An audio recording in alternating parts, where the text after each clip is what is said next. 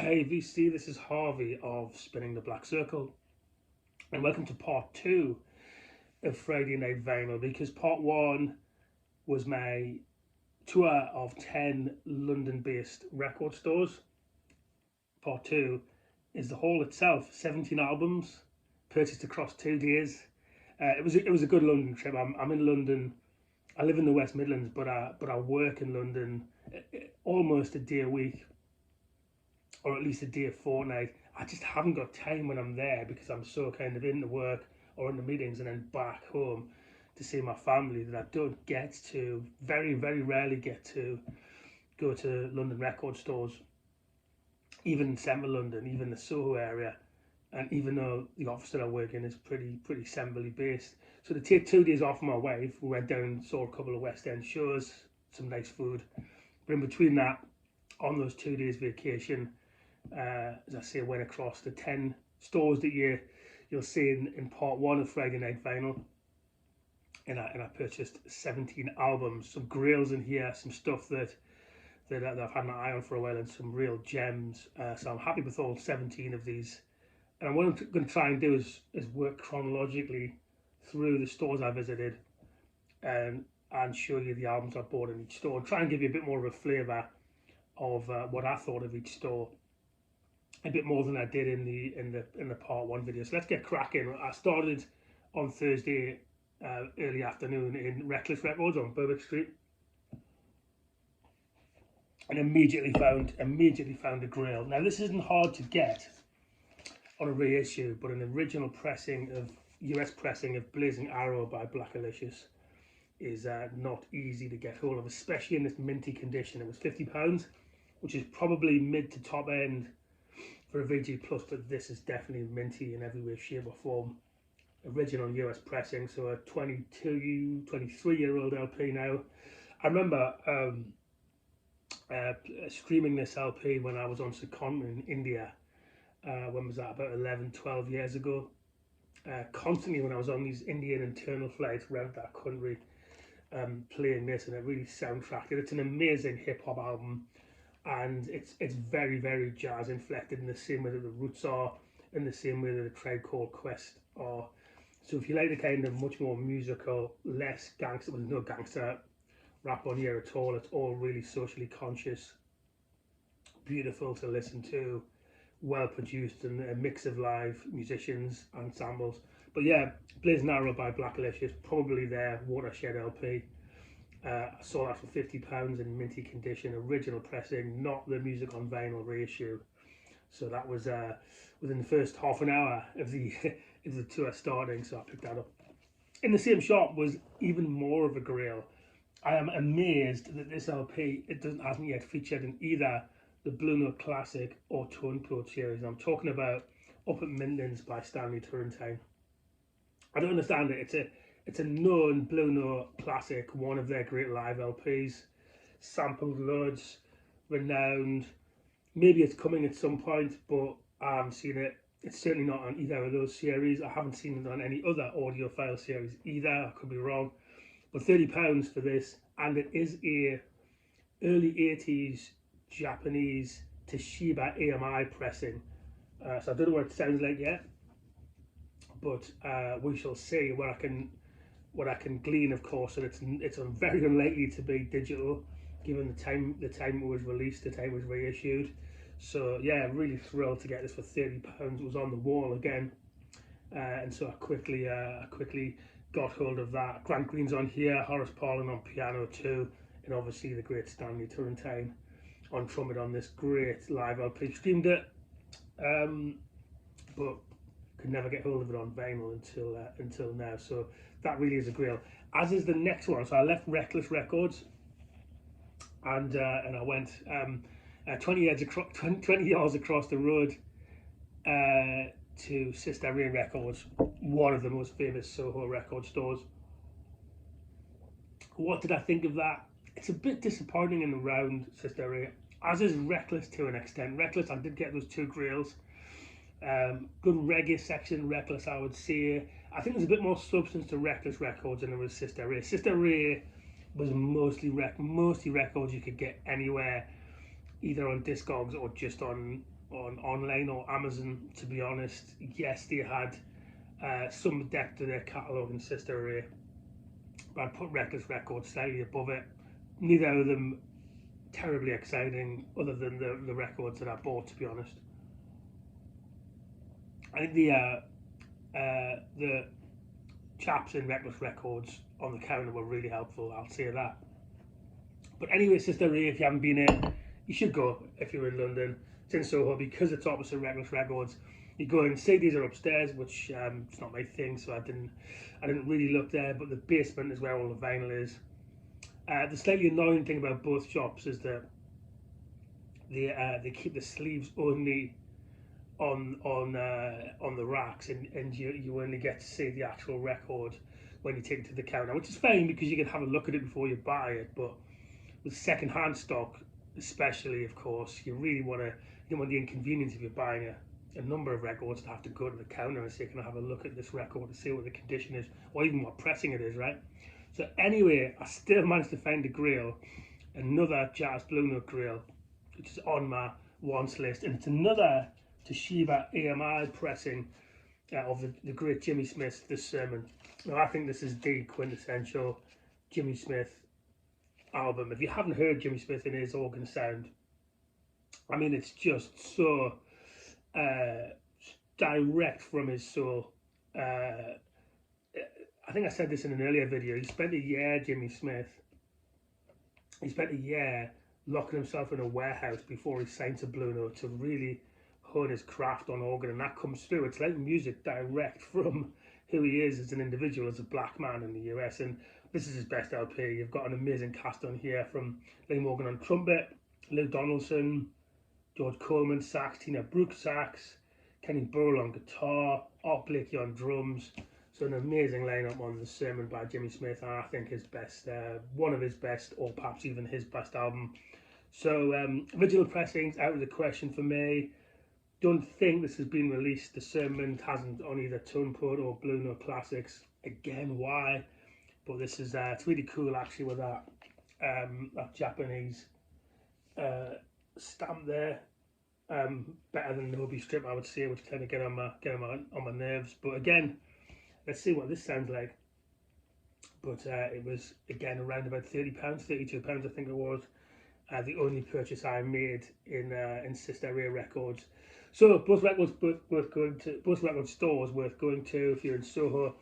Also in Soho, or just very close by, is Jack White's Third Man Records.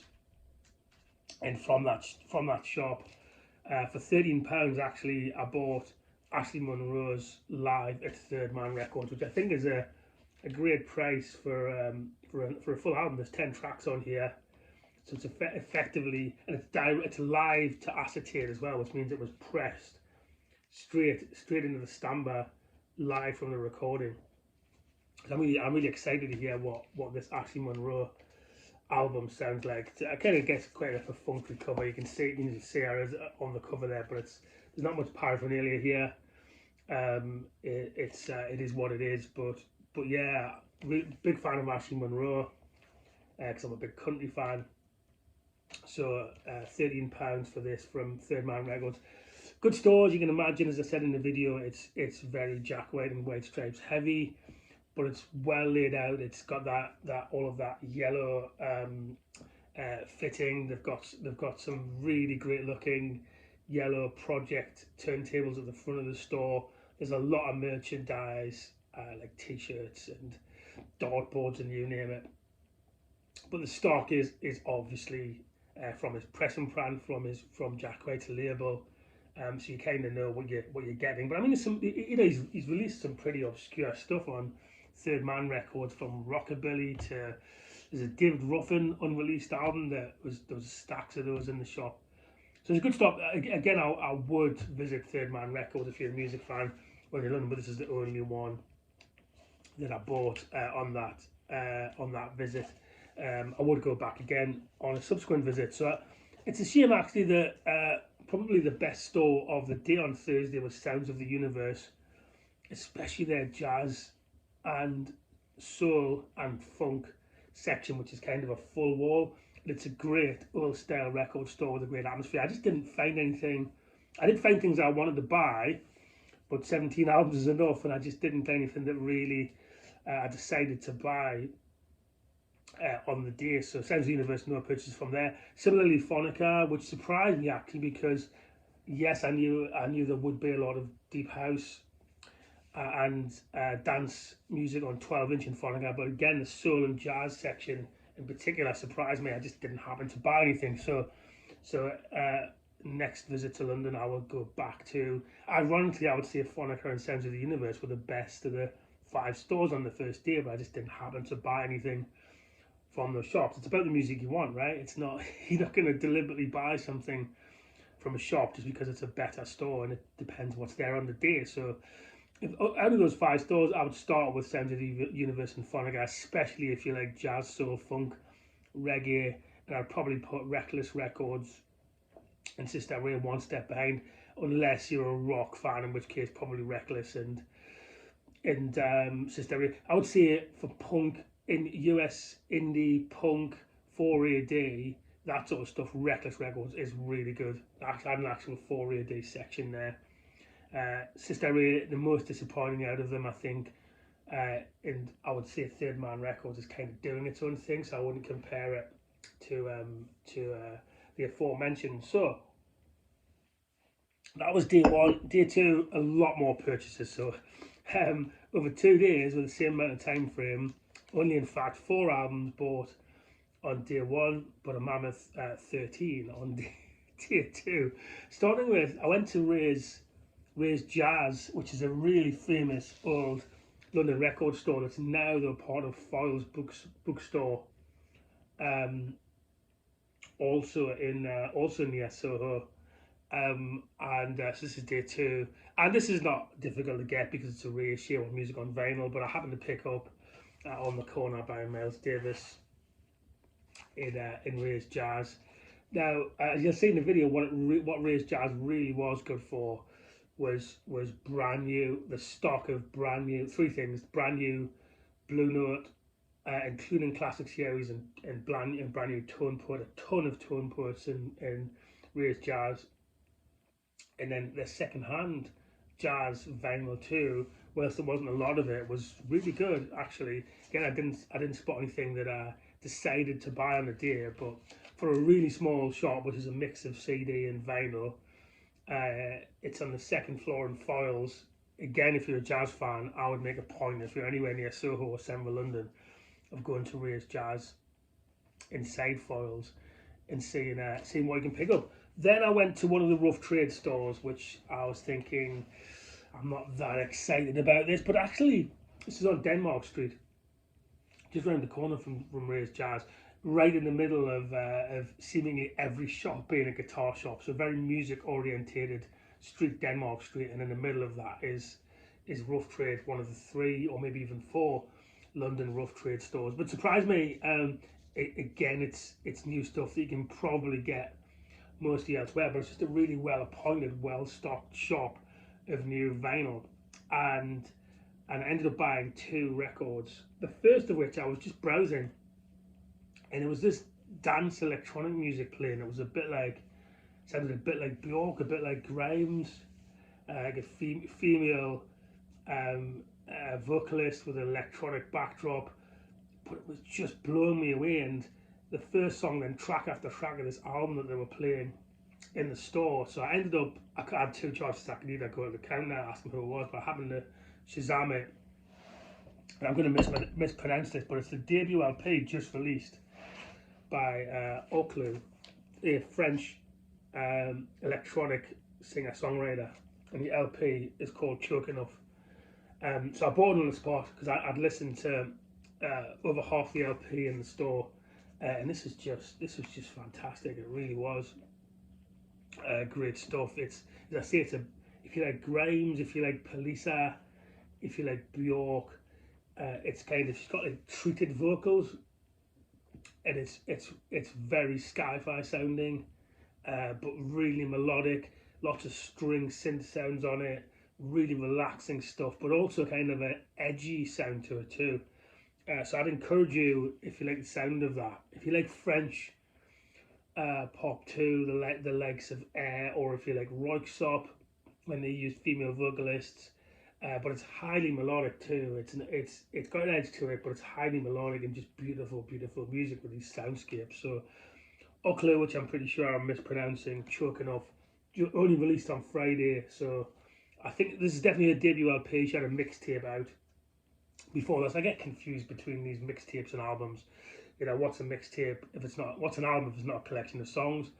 So what's the difference between a mixtape and an album? But hey ho, this is apparently her debut LP despite that mixtape, and it's named Choke Enough by Oklo, which I got from Rough Trade. I do like the kind of little literature that Rough Trade put above the barcode and the price on albums. I don't usually keep that sort of thing on the front of albums. When I go to Rough Trade that says something interesting about the release, I tend to keep it on. So that was an unexpected purchase again. One of those things of going to a bricks and mortar store is that you get that sort of experience. I had no clue who she was, and half an hour later I'm buying the LP at the counter because I'm blown away by it. So that was great. And then in the sale, one of the missing LPs in Rough Trade from my Bob Dylan collection for $17.99, reduced from $32.99, was Time Out of Mind, double gold reissue, obviously, of this, and so I couldn't pass that up for that price. And I was waiting to get into Rough Trade actually because it was just before 10 a.m. I went to Ray's Jazz Shop first, which opened at 9:30 a.m. Did my thing there, and I was standing at just before 10 o'clock, and there was this guy. I think he was from Belgium, from memory. I got talking to him, and he was doing the same thing as me, which is going down around records. So I wish now I just exchanged social media or numbers with him to keep in touch. But I got talking about music, and there were 2 copies of this in the store, and I kind of hung around on it, didn't buy it straight away, and one of the copies was on the shelf, and he took it. So I had to ask the store, and do you have one more? And luckily he did have another sale copy of Time Out of Mind, only 2 in store. So yeah, I mean, this was for me was from a period when well, a lot of the stuff we wouldn't get a quality Dylan LP studio album again. When was this? Very late 90s it came out, I think. Time Out of Mind, and there it was. This is a fantastic comeback LP. I've had many good Dylan LPs since, and it might even be arguably up there with his very best. So a whole of my Dylan collection in for $17.99, which I've always meant to buy this on vinyl. I couldn't really pass it up. And then I went to the record store that I've really been looking forward to more than any, and it's in East Putney, and it's named Soul Brother Records. As a soul and funk fan, it's up there with one of my favourite genres, along with jazz and rock, but it's right up there. And walking into this, it was like you'd walked into a 70s time warp of funk and soul. And there was some rock albums on the shelves, but they were in the minority. And the owner, Lawrence, what an incredible chap. There's plenty of soul and funk out in what's quite a small shop, but he's got something like 10,000 records behind the counter. So what you actually do is you look through the shelves of what he's actually got on display. But if you mention a record to him, he instantaneously knew whether he had it or not. So I was trying to get James Brown's The Payback. He didn't have that. He said that's really hard to get hold of. He'll put it on my wants list. The same with People Hold On by Eddie Kendricks. When I asked him for Go For Your Guns by the Isley Brothers, he says, "Yep, I've got an original T-neck US pressing of that," and he went to get it straight away, right away. And this is a minty US pressing of an Isley Brothers album that was missing from that collection. So it was amazing because you had the 3 things actually. You had quite unusual new pressings of indie label, current or reissue soul all over the wall. Some amazing stuff. And then you had the second hand used vinyl, soul and funk and jazz all out. But then the main thing is you just mention a record that you're after to him, and he seemed to instantaneously know Lawrence whether he had it or not, or he'd had any chance of buying it. Just an encyclopedic knowledge. I mean, he had a database computer there as well, but he didn't need it. So the first thing I asked him about was this, and he duly obliged. Let's go for your ones. It's an amazing US pressing. Inside of this, just to show you how authentic this is. I mean, look at how minty that cover is. I think it might be a first or certainly original pressing, and it's got this kind of Ozzy Brothers t-shirt offer inside, as well as the original insert. So what an amazing find that is. Now, before I go to the next record, I forgot to mention that when I went into the store, which is quite small, Soul Brother Records, there was a black female American woman in the store with, I mean, she didn't look like a member of the public. She looked like a pop star, and she had long blonde hair, all the way down her back, kind of braided hair, and she was talking to him. And she left about a minute after I got in the store, and I said, "Who was that?" And he said it was Marva King. So Marva King was, she was in Stevie Wonder's band for a time. Lenny Kravitz. Prince half recorded an album where he was going to feature on his Paisley Prague label. It didn't actually get released, but she's had some solo LPs out too. And when she left, they played some of her stuff, and it was great. So it was amazing to see her. That happened when I was in store. But then I really got digging, and this is where I bought quite a bit in Soul Brother Records. Now, for those who are aware of the Black Jazz label, which Giles Peterson champions, it was a 1970s, very, very independent jazz label, Black Jazz, with that logo. And the original pressings apparently are not worth getting, because the labels didn't have the money to press things properly, but the albums have been reissued by Real Gone Music. I think that's the label, and they sound tremendous. And this is, I think, one of the only vocalist jazz albums that they released. It's Maiden Voyage by Kelly Patterson. I've streamed this, and I knew that I really loved it. But then it was on vinyl on reissue. It's a brand new reissue. Really well done on Real Gone Records with a Andy Statt sleeve included, beautiful black jazz label. So I'd already bought a Gene Russell LP named New Direction. I think he might be Gene Russell, Kelly Patterson's husband. So label owner was Gene Russell. It was his black jazz label.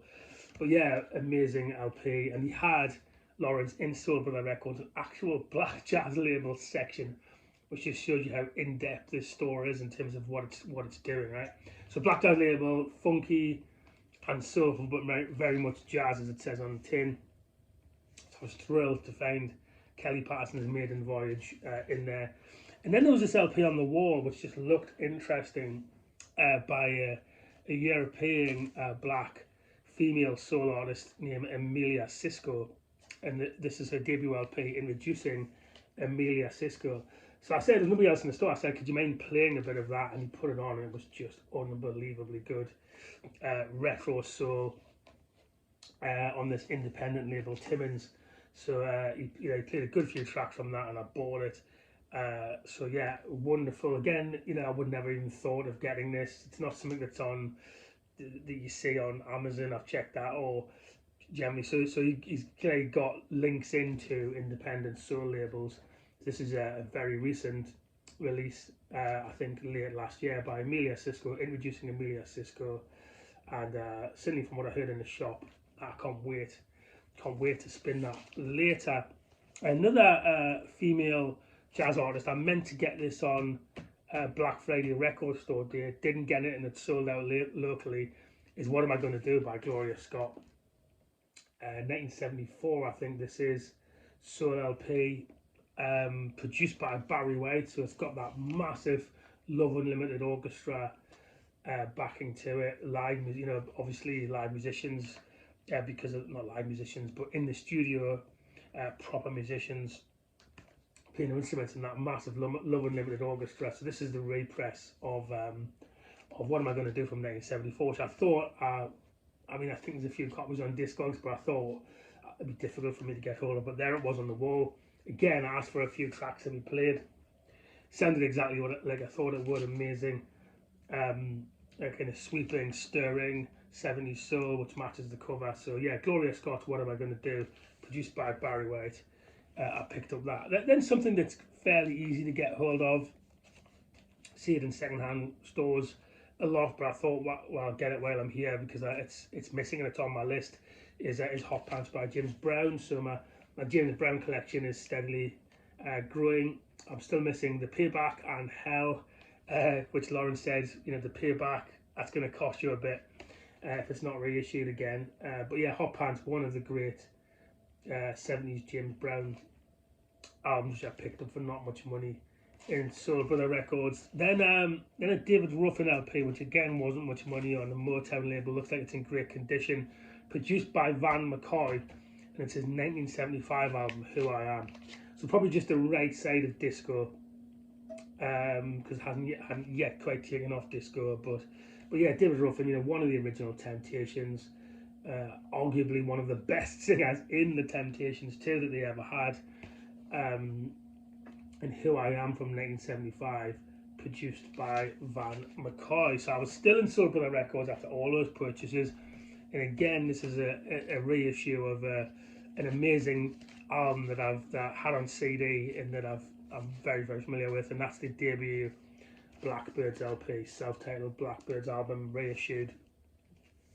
So Donald Byrd's funk band from the early 70s, the Blackbirds. The real classic on this is Dirt Fluid. That's the well-known funk staple, but it's a great LP, top to tail. So brand new reissue of the Blackbirds 70s LP, I want to say 1973, 1972, thereabouts.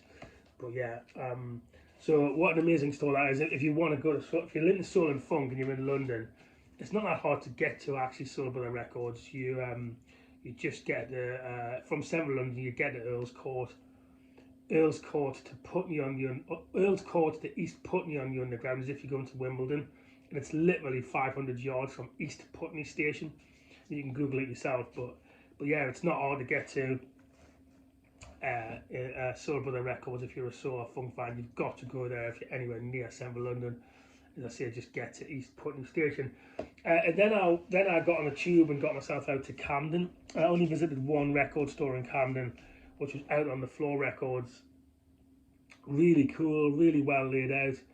And what I noticed about it is how well procured the whole store is, from the labelling of the artist's cards to how everything's set out. And really nice chaps in there as well. I got talking to them about how old the store is. They'd taken it over from someone, I think, in 1989. Kept the original name, so the tradition's still going.